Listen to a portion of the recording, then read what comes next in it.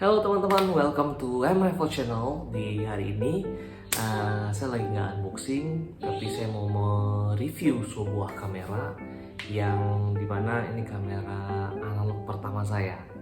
Pengen tahu kan? Saksikan terus videonya sampai selesai.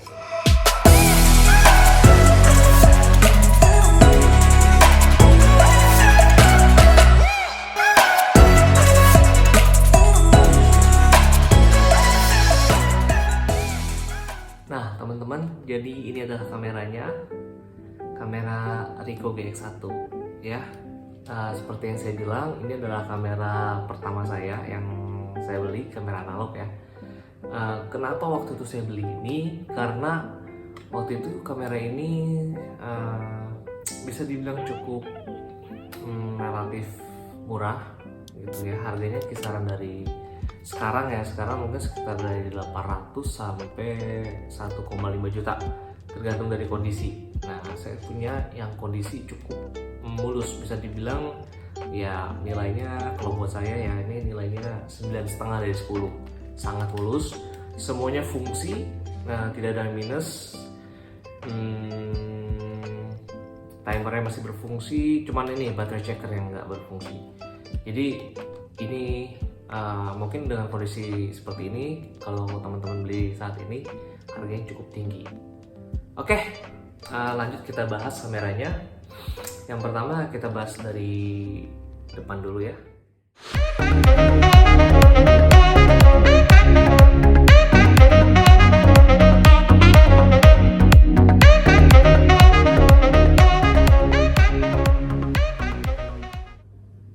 Nah teman-teman, jadi ini looksnya si Ricoh GX1. Oke, kita bisa lihat di depan sini. Yang pertama dari bawah ya, ini ada tombol multi exposure ya. Lalu ini adalah timer, tuas timer. Di sini adalah pengaturan ASA atau ISO-nya gitu. Lalu di sini ada ini pengukur untuk light meter. Saya lupa namanya apa. Tapi ini untuk mengukur light meternya, dia diukur dari sini. Oke, lalu di sini ada fokus ring. Nah, ada jaraknya. Ini pengukuran fokusnya, meter atau feet ya hitungannya. Jadi kalau misalnya teman-teman susah, teman-teman bisa mengukur dari zone menggunakan zone focusing dari sini. Lalu di sini ada ini untuk pengaturan speed, shutter speed kalian, kayak mau 500, 200 sampai bulb. Oke, lalu di sini ada tuas untuk mengatur, ini tuasnya di sini, tuas untuk mengatur diafragma atau aperture dari 2,8 sampai 16 dan auto. Ya jadi si GX1 ini dia ini bisa shutter priority ataupun manual mode. Nah buat teman-teman yang belum tahu apa itu shutter priority singkatnya adalah kita memprioritaskan shutter speed yang kita mau, dan kamera akan menentukan aperture-nya gitu. Contoh misalnya kita ingin prioritaskan shutter speed di 125 ya, kita geser ke 125 seperti ini. Lalu aperture-nya kita set di auto, sudah ya. Jadi contohnya gini, kita pengennya pokoknya 125 shutter speed-nya, udah gitu, nggak peduli ya, nggak peduli aperture-nya. Nanti aperture-nya yang pikirin si kamera ini bisa kena di aperture berapa gitu. Ada shutter priority, ada aperture priority. Nah si Ricoh GX1 ini adalah shutter priority. Jadi misalnya contoh kita prioritaskan shutter speed kita di 250, ya udah aperture-nya yang akan tentukan ya dia sendiri gitu. Nah ada beberapa kamera yang aperture priority. Nah aperture priority misalnya contoh kita mau aperture-nya pokoknya di f2,8 contoh ya. Nah jadi kameranya nanti akan tentukan shutter speed-nya gitu, kebalikannya ya. Jadi kalau ini tipenya adalah shutter priority. Oke, kita lanjut ya. Nah di sini ada viewfinder biasa, Lalu kita lanjut ke bagian atas. Di bagian atas ini ada tuas untuk rewind rollnya. Lalu ini ada hot shoe. Di sini ada tuas untuk mengokang shutter release ya. Jadi kalau kamera analog itu kan kita kokang dulu seperti ini, lalu kita pencet shutternya untuk shutter release. Nah di sini ada film counter, jadi dia akan menghitung berapa film yang sudah kita expose gitu. Di sini ada battery checker tapi ini mati. Lalu ini viewfinder, ini backdoornya. Nah sorry, di bagian ini ada tuas lock, jadi ini bisa ngelock si shutter release ya. Jadi kalau misalkan kita locknya ke sini kanan, ini kita nggak bisa pencet. Nah gitu ya, tuh. Oke, seperti itu teman-teman. Lalu di bagian bawah, nah di bagian bawah sini ada untuk tripod. Lalu ini ruang baterai menggunakan baterai R44, tinggal digeser aja. Nah, ini ada baterainya. Lalu di sini ada unlock button untuk merilis dia punya roll film. Lalu setelah kita pencet unlock button ini, terus kita tinggal rewind film ya. Seperti itu. Nah teman-teman, kurang lebih seperti itu tampilan fisik si Ricoh GX1. Nah kalau teman-teman searching tentang Ricoh GX1 ini tidak banyak yang bahas dia. Kenapa? Karena pada waktu itu si Ricoh GX1 ini dikeluarkan hanya untuk market di Indonesia dan Asia. Saya lupa untuk Asia Tenggara saja atau hanya untuk Asia gitu. Jadi kalau di luar sana banyaknya itu bisa dibilang kembaran dia, yaitu Ricoh 500G seperti ini. Banyak yang bilang adalah Ricoh 500MA.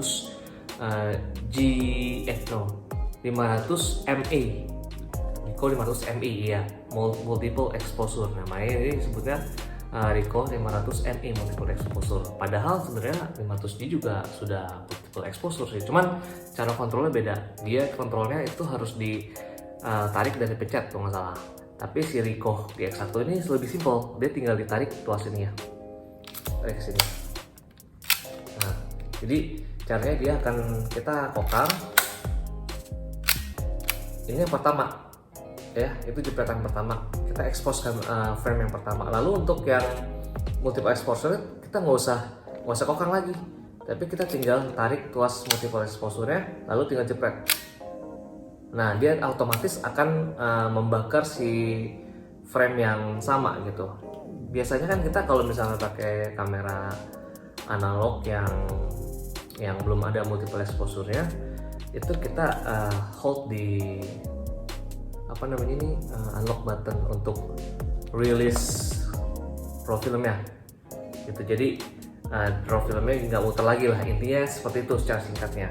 Nah si tombol multiple exposure ini mempermudah kita gitu. Jadi kayak kita cuma kokang sekali, kita bakar frame sekali, jepret ya kan, lalu kita tinggal tarik tuasnya lagi untuk jepret lagi. Jadi si tuas si raw filmnya dia nggak ngewind gitu ya kan. Jadi kalau kita gunanya si kokang ini kan kita untuk nge-wind filmnya. Jadi saat kita jepret, nah kita akan menggunakan raw film yang baru, maksudnya frame yang baru dari raw film yang di dalam ini, kita tinggal kokang, jepret. Nah tapi kalau kita menggunakan multiple exposure ini dia nggak ngegeser gitu. Lanjut, kenapa waktu dulu saya beli ini gitu sebagai kamera pertama saya? Pertama, saya suka kamera yang compact. Kedua, dia sudah dilengkapi dengan fitur multiple exposure, yang dimana biasanya kamera-kamera analog zaman dulu ini yang sudah memiliki multiple exposure itu Nikon seri F ya, kalau nggak salah, saya kurang hafal juga. Pokoknya yang udah levelnya cukup tinggi lah gitu, baru ada tombol multiple exposure. Nah kalau levelnya masih di menengah ke bawah biasanya belum ada. Jadi para fotografer mengakali dengan menahan tombol unlock release ini untuk frame ya gitu, untuk kita shoot multiple exposure. Nah tapi dia sudah ada gitu, makanya saya senang banget waktu itu. Kamera ini ringan sekali.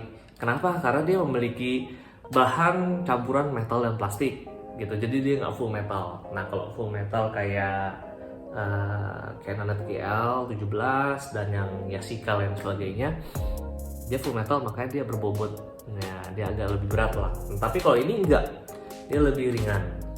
Oke. Lalu yang berikutnya adalah yang pasti waktu saya lihat ini dia kondisinya bagus gitu. Kondisinya bagus makanya saya langsung kepincut ya. Lalu fungsinya juga masih nyala semua gitu. Oh ya, buat teman-teman yang pengen tahu gimana sih cara gunain si timer si Ricoh GX1, ini caranya begini. Jadi Okang tuasnya, lalu kita tuas timernya kita geser. Oke, ini sudah digeser gitu, kita pencet release, otomatis dia akan menghitung ya kan, kayak bom gitu suaranya, lalu dia akan jepret. Nah timer seperti itu teman-teman, kayak gitu timernya. Ini unik banget ya, jadi keren lah gitu. Terus pro nya lagi,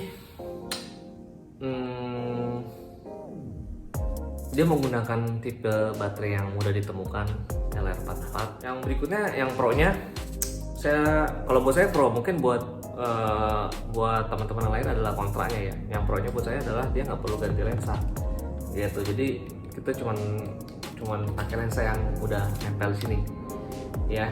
Lensanya 40 mili focal length-nya dengan aperture 2,8 gitu. Mungkin buat teman-teman lain ini jadi kontra karena ya nggak bisa diganti-ganti lensa kan. Tapi kalau buat saya ini jadi pro karena saya nggak mau ribet gitu.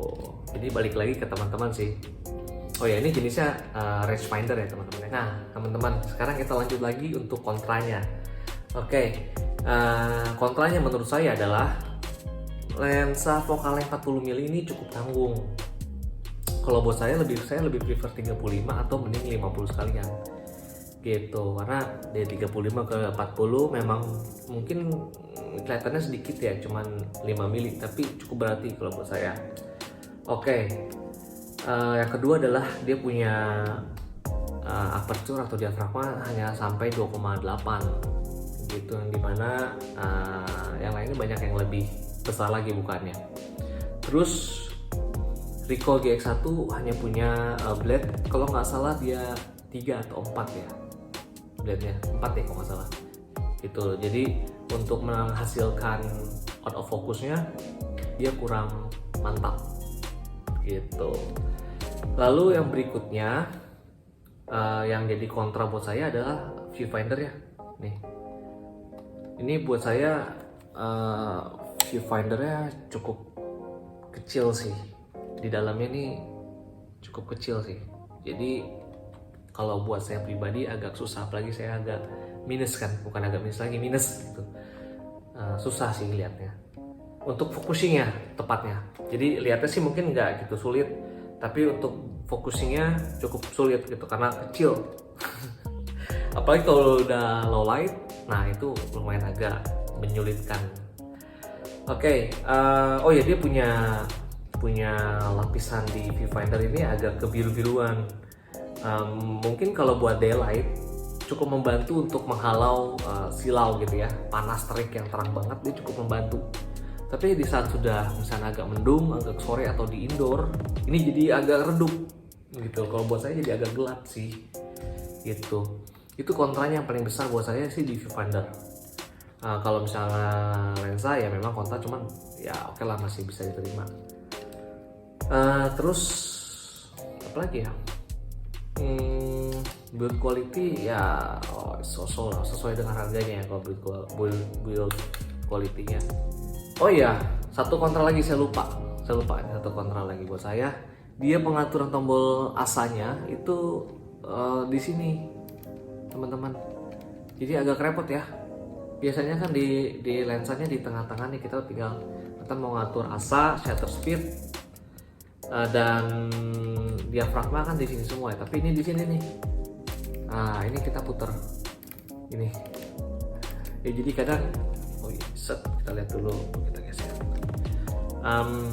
Agak ribet sini ya, cuman ya kalau misalkan kita udah kita pakai, misal contoh ya, kita udah pakai Kodak Gold 200, kita pakai ASA 200, kita langsung setting aja memang sebelum di awal ASA 200 sudah kita pakai sampai selesai gitu. Tapi kalau buat saya yang kadang suka ganti-ganti ASA ya, walaupun cuma dari 200 ke 400 atau ke 320 ya, agak kagok, bahkan jadi sampai lupa gitu kalau mau ganti ASA.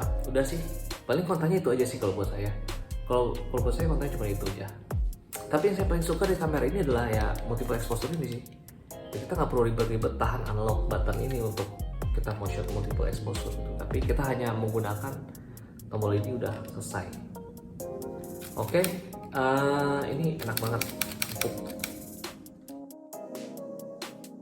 Satu yang paling teman-teman harus perhatikan kalau teman-teman menggunakan kamera rangefinder ini, kalau teman-teman belum terbiasa, dia mempunyai framing untuk kita shot angle tuh agak sulit. Kenapa? Karena kita melihat dari viewfinder ini dan kamera menangkap gambar itu dari lensa yang di sini. Itu kadang-kadang gambar kita agak kepotong, kurang ke kiri sedikit atau kurang ke bawah sedikit gitu. Jadi teman-teman harus biasakan sih. Jadi mungkin saat kita objeknya di depan sini, kita agak geser sedikit ke bawah atau ke sini dikit. Nah, baru dia benar-benar pas seperti angle yang kita mau gitu. Nah, kalau misalnya teman-teman paksakan tetap di sini, bisa aja mungkin teman-teman badannya agak geser dikit, agak geser sedikit. Nah, baru dia dapet frame yang pas, yang menurut saya nggak kepotong gitu. Nah, kadang saya potret kayak gini, kalau misalnya saya cuma ikutin dari viewfinder ini bisa kepotong karena kameranya di sini kan, lensanya di sini kan, jadi dia agak ngegeser ke kanan saya dikit. Jadi kadang misalnya dari sini saya harusnya agak ke bawah dikit dan ke kiri dikit. Nah, baru ini adalah frame yang pas untuk potret gitu. Jadi itu tips aja sih buat teman-teman yang pertama kali mau coba rangefinder, itu tipsnya gitu. Kalau rangefinder sekarang kan sudah ada electric viewfinder kan, jadi kita lihat dari sini tetap tampilannya seperti dari lensa depan sini. Jadi walaupun seperti ini tetap adanya di center gitu loh. Kamera-kamera rangefinder gaya rangefinder yang sekarang ya, seperti Fuji ya, kebanyakan Fuji X Pro dan lain sebagainya kan kebanyakan rangefinder tuh gaya-gayanya.